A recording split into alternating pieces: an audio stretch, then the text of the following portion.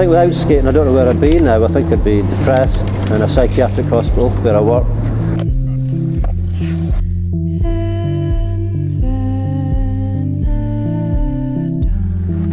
People ask me, why do I do it? I actually can't explain it, and I can't explain what skateboarding is either. It makes no sense to me, really. I mean, it's a kid's toy, really.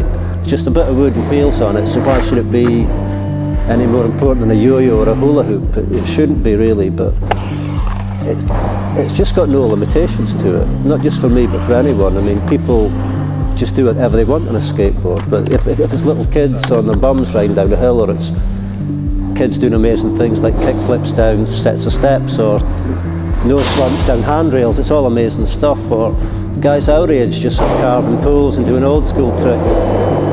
It doesn't seem to matter as long as you're skating and as long as you're having fun. Nobody seems to care.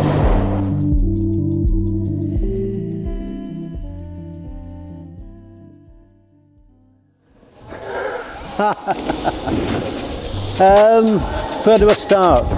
First heard about skateboarding, I think it was in a newspaper or little things on telly. And we lived in the countryside with these massive hills, so we were always bombing down hills on bikes and carties. So the thought of something you could stand on and ride down the hill on was really cool. And I did what most kids did. I got a bit of wood, a couple of old roller skates, nailed them together. The trouble was, it only ever went in one direction. Just went to the left. If you wanted to turn it, you couldn't. Eventually began to buy the usual things kids bought, the cheap wood ones, the cheap plastic ones.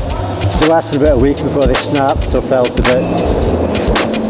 First proper setup, I managed to brag the parents into getting me a set of Yo-Yo Pros and some ACS 500s.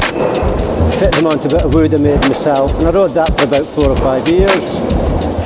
But we didn't have skate parks when we were kids. We were just in this little village in the northeast of Scotland called Carnarvon, and there was nothing there other than hills to bomb down. So we used to just ride around streets, bomb down hills, do slalom in and out of Coke cans, all the sort of usual freestyle stuff.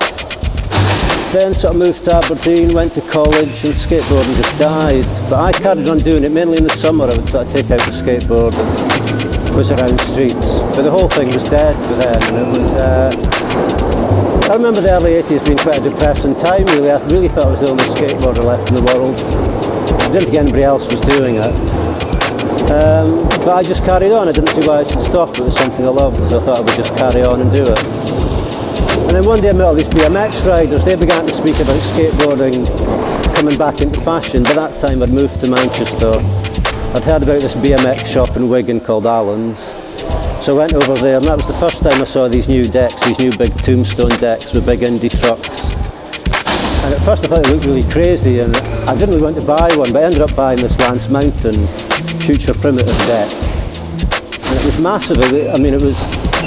You actually had trouble carrying it, let alone riding it. I did no concave or nothing, but it was what everybody was riding. So I used to do that. I used to ride around in this massive big deck. Said Future Primitive, Indy trucks, rat bones. Rode that for a few years, bought a few more decks. And then eventually, sort of mid-80s, early 90s, that was when the Popsicles came out.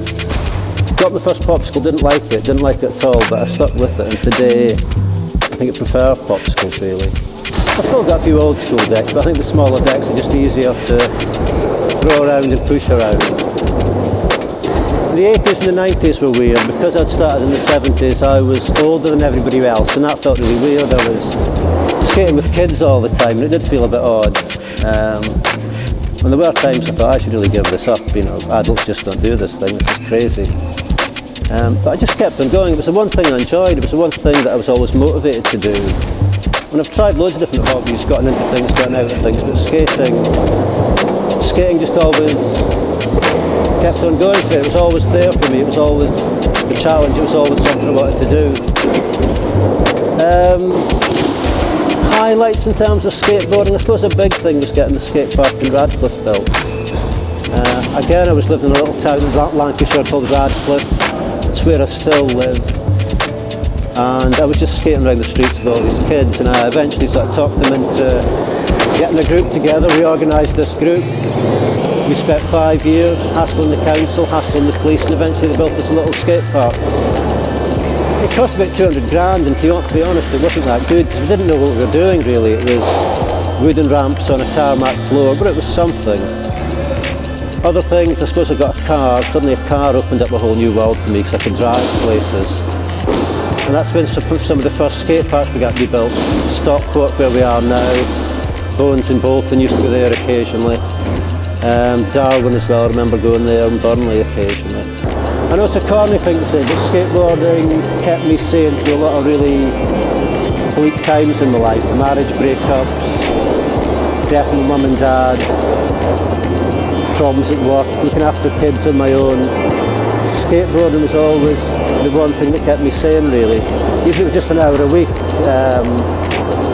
Just an hour a week where you could go out and just forget about all the crap in life, all the stress in life. Have a laugh, have a bit of fun, fall off. And that's the nice thing about the skateboarding community, nobody really seems to care. It's a really friendly group of people. Skaters just seem to be nice people, I don't know why, but they just seem to be nice. Always welcoming, always friendly, always having a laugh, always winding each other up. It's a really good scene to be part of, and it's I've never actually came across a scene that has been that friendly before. It's really nice for that.